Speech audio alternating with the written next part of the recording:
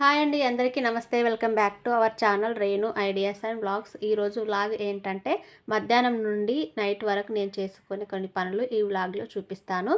Time వచ్చేసి మధ్యాహ్నం 12 అయింది. మార్నింగ్ వంట, బట్టలు, గిన్నెలు అన్ని పనులు అయిన తర్వాత స్నానం చేసి రెడీ అయ్యి వచ్చి టిఫిన్ తినేసి కొద్దిసేపు కూర్చొని బ్లౌజ్కి అయితే ఎమ్మింగ్ చేస్తున్నా. ఈ బ్లౌజ్ వచ్చేసి నాదే.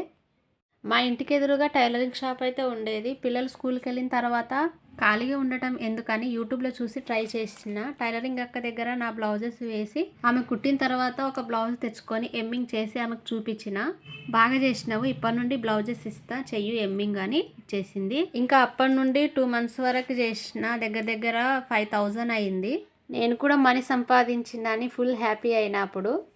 కానీ ఒక్క బ్లౌజ్కి 40 minutes 30 minutes అలా అయింది. ఒక్కొక్క బ్లౌజ్కి 10 రూపీసే ఇచ్చేది. అయినా ఖాళీగా ఉండడం ఎందుకులే, అవన్నీ వస్తున్నాయి అని చేసేసిన. కానీ ఇప్పుడు అక్క షాప్ కాల్ చేసేసింది. చేస్తేనే కదా ఏదైనా వస్తుంది, రాదు అని కూర్చుంటే అది ఎప్పటికీ రాదు.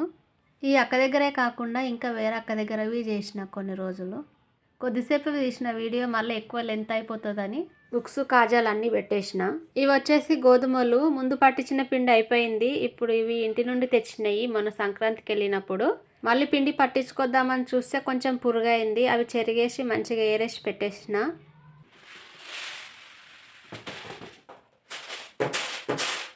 చూడండి, పురుగు ఇంకొంచెం పారిపోయింది అటు ఇటు.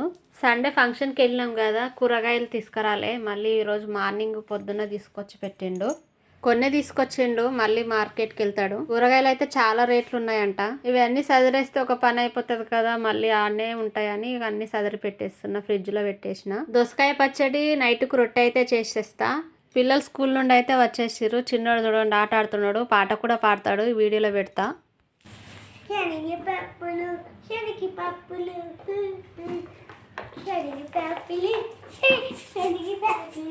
వాడి చేతిలో ఏదో ఒకటి పట్టుకొని తిరుగుతాడు, వానికి ఇష్టమైందంటే చాలు.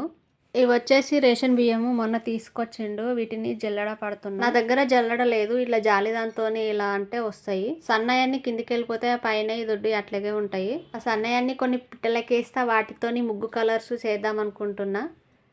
ఆ సన్నయ్య చిన్న చిన్నవి అన్నీ పిట్టలకేస్తా, కొన్ని ఏమో కలర్స్ చేద్దాం అనుకుంటున్నా.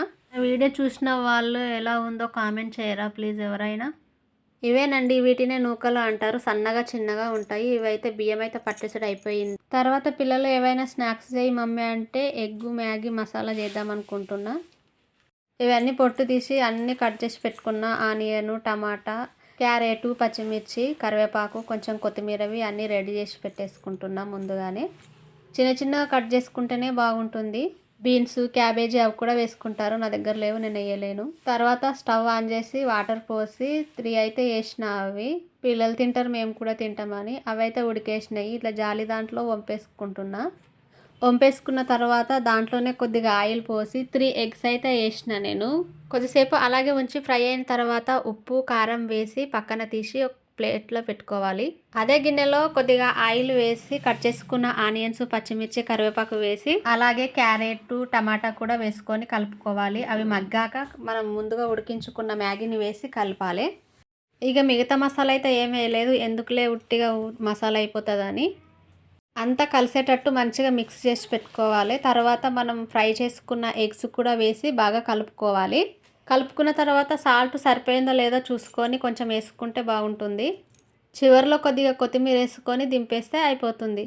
టేస్ట్ అయితే బాగా వచ్చింది. ఎగ్స్తో తింటుంటే బాగుంది, మీరు కూడా ట్రై చేయండి. ఇక ఎగ్ మసాలా మ్యాగీ అయితే రెడీ అయిపోయింది. చూస్తే నోరూరిపోతుంది కదా. పిల్లలైతే వెయిటింగ్ ఇక్కడ. ఇలాంటివన్నీ అప్పుడప్పుడు చేసుకుంటేనే బాగుంటుంది. పిల్లలకైతే వేసి ఇచ్చిన, వాళ్ళతో పాటు నేను కూడా తిన్నా. టేస్ట్ అయితే మస్తుంది, మీరు కూడా ట్రై చేయండి, బాగుంది.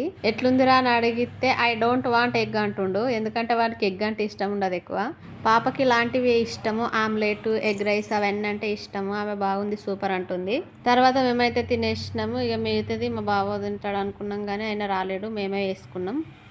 వేడిగా ఉంది, కొద్దిగా చల్లారినాక తినరా అంటే వాడు అప్పుడే తింటుండు. వాడి ఎక్స్ప్రెషన్ చూడండి కాలుతుంటే. సాస్ లేదని సాస్ తెచ్చుకుంటా అని వెళ్తుండు. వాడికి సాస్ అంటే మస్తు ఇష్టం. తొందర తినండి, హోంవర్క్ చేసుకోవాలని చెప్పేసిన. వాళ్ళైతే తినేస్తుండ్రు. ఇక నేనైతే తినేసిన. ఈ కొబ్బరి వచ్చేసి మన గుడిలో కొట్టిన 2 అవి తెచ్చి ఫ్రిడ్జ్లో పెట్టేసిన, పచ్చడి కోసం వస్తుందని. రేపు ఇడ్లీ చేద్దాం అనుకుంటున్నా. పచ్చడి చేసేటప్పుడు పల్లీలలో ఇది కొంచెం వేస్తే టేస్ట్ బాగుంటుంది, కొంచెం ఎక్కువ అవుతుంది కదా అని ఇప్పుడే కట్ చేసి పెట్టుకుంటున్నా. ఎందుకంటే మార్నింగ్ కదా, మళ్ళీ లేట్ అయితే స్కూల్కి అవన్నీ పనులు ఉంటాయని ఇప్పుడే కట్ చేసి పెట్టుకుంటున్నా. తడి లేకుండా ఫ్రిడ్జ్లో పెడితే బాగుంటుంది. చాలా రోజుల దాకా అట్లాగే ఉంటుంది, ఏం చేంజ్ కాదు ఎక్కువ. మరి ఎక్కువ రోజులు పెట్టొద్దు. మా సార్ చూడండి ఇక్కడ. కన్నయ్య హాయ్. ఇద్దరు ఒకే దగ్గర కూర్చుంటే చదువుతలేరు, గొడవ పడుతుండ్రు అని పాపను ఒక దగ్గర బాబుని ఒక దగ్గర కూర్చోబెట్టిన. పాప అయితే ఈ రూమ్లో కూర్చుంది. హాయ్. గుడ్ గర్ల్ మా ధరణి పాప. ఇది వచ్చేసి నైట్ డిన్నర్లోకి జొన్న రొట్టె చేసిన. జొన్న రొట్టె చేసిన తర్వాత గ్యాస్ స్టవ్ చూడండి ఎట్లా అయిపోయిందో, మళ్ళీ కడగాలి ఇదంతా. 6-7 చేసిన రొట్టెలు అయితే మిగిలితే తర్వాత పొద్దున తినొచ్చు కదా, బాగుంటుంది పొద్దున కూడా అని ఎక్స్ట్రానే చేసిన. ఇక్కడ ఆమ్లెట్లు కూడా చేసిన. ఇది వచ్చేసి మధ్యాహ్నం చేసిన దోసకాయ పచ్చడి చేసిన. షార్ట్ వీడియో కూడా పెట్టిన. టేస్ట్ అయితే బాగుంది. దీంట్లోకి రొట్టె అయితే బాగుంటుంది కదా అని ఇప్పుడు రొట్టె చేసిన. మార్నింగ్ ఏమో దొండకాయ కర్రీ చేసిన, అది అయిపోయింది, కొంచెమే ఉందని ఇవి చేసిన. ఏ పచ్చడి అయినా రొట్టె చపాతీ ఉంటే బాగుంటుంది. రైస్ అయితే పెట్టలేదు, రొట్టె ఉంటుంది కదా, ఇక అదే సరిపోతుందని ఎక్కువ శాతం రొట్టెలే తింటాము. రైస్ తినం నైట్లో ఎక్కువ. నేనే తింటా రైస్. పిల్లలకి వేసిస్తే వాళ్ళు తొందరగా తింటారని వాళ్ళకి ఫస్ట్ వేసిస్తున్నా. ఇంకా మా బావ రాలేడు, బావ వచ్చిన తర్వాత తింటాం, లేదంటే మా బావకు లేట్ అయిందంటే నేనే తినేస్తా. మార్నింగే కడిగిన స్టవ్ ఇప్పుడు రొట్టె చేసేసరికి మళ్ళీ ఇది పరిస్థితి. కట్టెల పొయ్యి ఉంటే కడగనవసరం లేదు. ఇక్కడైతే సిటీలో కట్టెల పొయ్యి ఉండదు కదా. వాళ్ళిద్దరికైతే వేసి ఇచ్చిన, వాళ్ళతో పాటు నేను కూడా వేసుకొని తింటున్నా. టైం వచ్చేసి 7:40 అవుతుంది. తొందరగా తింటున్నాం ఈ మధ్య, ఎంత తొందర తింటే అంత మంచిదని. చిన్నోడైతే చేయి కడుక్కోవడానికి వెళ్ళిండు, అందుకే ప్లేట్ అక్కడ పెట్టేసిన. ఇక నేను కూడా వాళ్ళతో పాటు తినేసిన. తినుడు అయిపోయిన తర్వాత పొద్దున ఇడ్లీ కోసం అని నానేసిన, కొంచెమే ఉంది, కొద్దిగా నానేసిన. అది మిక్సీ పట్టేస్తే ఒక పని అయిపోతుందని మిక్సీ పట్టేస్తున్నా. ఇవన్నీ ఇప్పుడు చేసుకుంటే మార్నింగ్కి ఈజీగా అయిపోతుంది, టైం సేవ్ అవుతుంది కదా అని ఇప్పుడే చేస్తాను ఎక్కువ శాతం. ఈ మిక్సీ ఏదంటే తిప్పేది పోయింది, ఇక డైరెక్ట్ కనెక్షన్ ఉంటుంది. భయం అవుతుంది, ఒక్కొక్కసారి చిట్లిపోతుంది పిండి అంతా. ఇక 2 మిక్సీ చేసి పెట్టేస్తే అయిపోతుంది. ఇంకా వస్తూనే ఉన్నాయి పనులు, ఏం చేయాలబ్బా. దోశలు అయితే ఇష్టంతో తింటారు, ఇడ్లీ అంతా తినరు, అందుకే అప్పుడప్పుడే చేస్తా, ఎక్కువ చేయను. ఎక్కువ దోశలే చేస్తా. పిండి పట్టేసిన తర్వాత ఇదంతా క్లీన్ చేసి కడిగేసి పెట్టుకున్న. వాటర్ బాటిల్స్ అన్నీ క్లీన్ చేసేసిన. ఇప్పుడే స్టవ్ కొంచెం క్లీన్ చేసిన, ఇంకా అక్కడక్కడ ఉంది, ఎందుకంటే రేపు శుక్రవారం కదా, ఎట్లాగో కడగాలి కదా అని.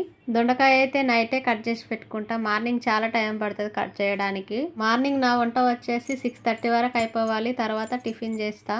వాళ్ళు 7 వరకు తినేస్తారు. మార్నింగ్ హడావుడి లేకుండా ఉండాలంటే ఇలాగే చేసుకోండి మీరు కూడా. ఎన్ని పనులు చేశానో, ఇంకా కొన్ని వీడియో తీయలేదు, కొన్ని తీసిన. టైం అయితే 10 అవుతుంది. ఇంతేనండి ఈ వీడియో నచ్చితే లైక్, షేర్, సబ్స్క్రైబ్ చేయండి. నా వాయిస్, నా మాటలు ఎలా ఉన్నాయో కామెంట్ చేయండి. Bye, good night.